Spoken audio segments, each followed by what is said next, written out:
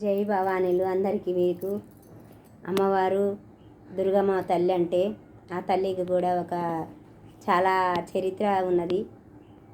దేశం అందరినీ కూడా కాపాడుకో బిడ్డ, అందరూ కూడా ఇలా పూజలు అంటే ఏందో తెలియక కూడా అంత ఇబ్బంది ఇరుకుపడిపోతురని శివయ్య పంపినప్పుడు ఆ తల్లి కూడా మంచిగా మన మారువేషాలంటే మన మానవ రూపాలలో వచ్చేసి వ్యవసాయం ఎలా చేయాలి, పాడి పంటలలో అంటే అన్నిట్లో కూడా ఆ తల్లి కూడా కష్టపడి కూడా అన్నీ మన దాంట్లో ఇలా చేసుకోవాలి చెట్టుకు కానీ పుట్టకు కానీ చేసుకోవాలన్నట్టు ఆ తల్లి కూడా మంచిగా మాలమే అందరిలో ఉండి కలిసి మెలిసినట్టు ఉండి చూంచి ఆ ఊరిని కాపాడింది. బెజవాడ అంటే అమ్మవారు పెద్ద బాధ్యత అంటే విధానంలా అంటే ఎక్కడికక్కడికి కట్టబోసి పోపిచ్చి జనాల మధ్యలో ఉండి భక్తుల మధ్యలో ఉండి ఆ అమ్మవారు దుర్గమ్మ మాత ఆ తల్లి శక్తిపీఠము 18 శక్తిపీఠాలు ఉన్నాయి అమ్మవారి.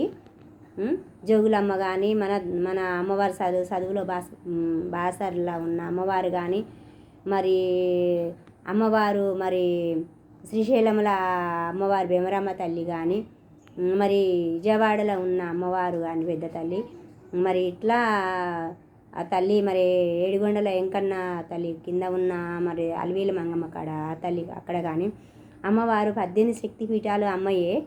మరి అలా మీకు చాలా ఉన్నాయి కానీ నాకు చదువు రాదు మరి అందుకే ఇంకా చాలా అమ్మవారి 18 శక్తిపీఠాలు అంటే మరి మన హైదరాబాద్ బల్పంపేట ఎల్లమ్మ కాడ కూడా భవానీలు అక్కడ కూడా శక్తిపీఠం అనేది ఉన్నది.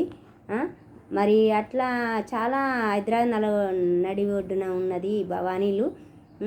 అయితే అమ్మవారు కూడా శక్తిపీఠము ఎల్లమ్మది మరి దుర్గమ్మది మరి మన చదువులమ్మది గోగులమ్మది భీమరామ్మది అట్లా మరి చెప్పుకుండా పోతే చాలా మరి మన కాశీలో అమ్మవారు ఇట్లా భవానీలు మరి అందరూ కూడా 18 శక్తిపీఠాలు మీరు ఉన్నవాళ్ళు కూడా మరి ఇప్పుడు మాకు మీరు ఎవరు ఏం అడిగినా కూడా వాళ్ళకి మీరు అడిగింది ఇస్తారా అనేది మేము కూడా ఫుల్ వీడియోలో ఉండి మేము కూడా మా బిడ్డలందరూ కూడా భక్తులందరూ కూడా భవానీలందరూ కూడా సేవలు చేయటం జరుగుతుంది తల్లి. మరి కోరిన వారికి కూడా మీరు కోరికలు తీర్చిన తల్లి కూడా అనుకున్న వారికి కూడా అమలు చేసి జాబులు కానీ రప్పించి పాడి పంటలు కూడా పండనల్లో కూడా పాడి పంటలు కూడా కలగజేపించి మరి వరదలల్లో కూడా చాలామంది బిడ్డలు కూడా మరి ఇబ్బంది పడి మరి ఇట్లా ఇతురు మరి ఆ తల్లి కూడా గంగమ్మ తల్లి కూడా అంత కోపం చేయొద్దు అనేది ఒకటి శాంతిలు వచ్చి మరి బతుకమ్మలు కూడా వదులుతున్నాం. మన ప్రతి సంవత్సరం బతుకమ్మలు వదలటం ఎందుకనంటే అమ్మవారికి కూడా వాయనం ఇవ్వటం జరుగుతుంది. పసుపు కుంకుమ పువ్వులు అర్పిస్తున్నాం అనమాట. ఒక బతుకమ్మ తల్లి అని మెప్పిస్తున్నాం. అదొక పండగ.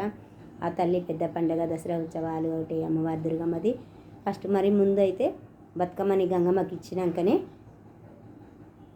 వాయనం ఆమెకి ఇచ్చినాకనే ఈ దుర్గమ్మ తల్లి జరుగుతుంది. ఫస్ట్ అయితే తమ్ముడికి ఎవరికి విఘ్నేశుని పూజ అయిపోయిన తర్వాత గంగమ్మ తల్లికి అయిపోయిన తర్వాతనే మన దుర్గమ్మ తల్లికి ఇలా చేసుకొని మనము అయ్య సేవ ఏది కార్తీక మాసాలల్లో ఇలా నడుచుకుంటా మరి ఆ సంవత్సరానికి ఎన్ని పండుగలు 12 పండుగలు ఉంటాయి మరి భవానీలు.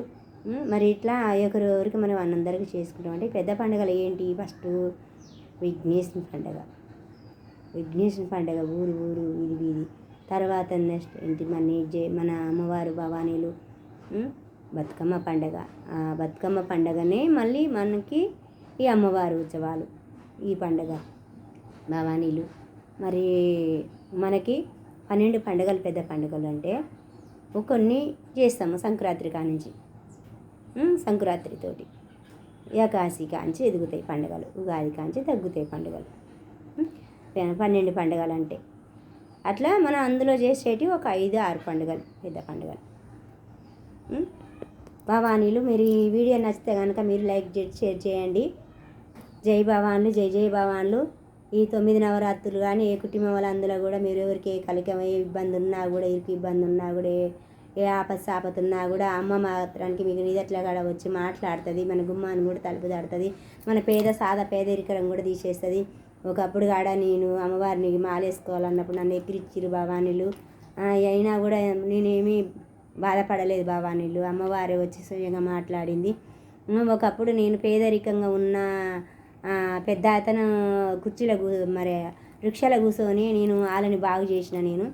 నేను మీ మానవ రూపాల వచ్చేసి మీ మానవులని బాగు చేసిన మనుషులని అంటే దేవతా రూపాన్ని వస్తే దడుచుకుంటారని మీలాంటి రూపంలో వచ్చి నేను ఆ రిక్షా ఎక్కినప్పుడు ఆ రిక్షాలో కూర్చున్నప్పుడు మరి ఛార్జ్ చేయకుంటే ఆ భవానికి నేను పైసలు అందులోనే ఉన్నాయి లెక్క పెట్టకుండా చూసుకో భవాని అని అంటే కొద్ది రోజుల తర్వాత వాళ్ళకు కూడా అంటే అది నిలుపుకోలేనప్పుడు అది లెక్క పెట్టిండు అనమాట. అది కూడా మీకు ఉన్నది భవాన్లు మరి అది కూడా ఫుల్ వీడియోలో మరి మీరే చేపిస్తే మరి మీకు నచ్చితే మాత్రం లైక్ చేయండి, షేర్ చేయండి భవాన్లు.